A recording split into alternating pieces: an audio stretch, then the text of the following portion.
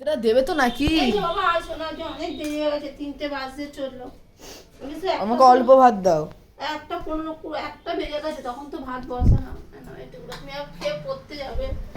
সব বিকেলবেলা চাদর তুলে খেয়েছে, চান টান করলাম। চান না করে শরীরটা কেমন শুকনো শুকনো লাগছে, ভালো লাগছে না। চান করে ভালো করে তেল মাথায় দিয়ে একটু অল্প করে ভাত নিই। শুভ দুপুর বন্ধুরা, এই খাওয়া দাওয়া নিয়ে বসে পড়েছে। আজকে অনেক দেরি হয়ে গেছে, 3টে বাজে, ছেলে 3:30 আবার পড়তে যাবে। আজকে করেছি এই সাদা গরম ভাত, আর করেছি ডাটা দিয়ে আলু দিয়ে বড়ি দিয়ে উচ্ছে দিয়ে একটা চচ্চড়ি,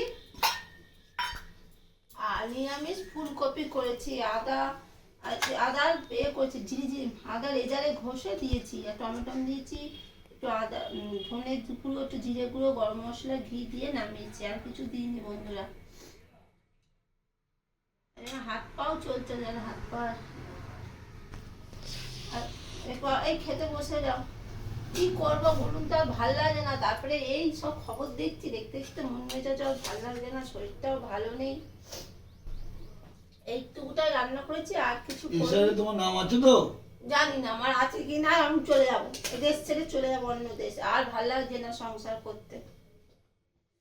এই করেছি, আর কিছু করিনি। এছাড়া গেলে তোমার চলে গেলে ওইখানে কাজ করতে করতে ওইখানে শরীর খারাপ হয়ে যাবে, তখন কি হবে?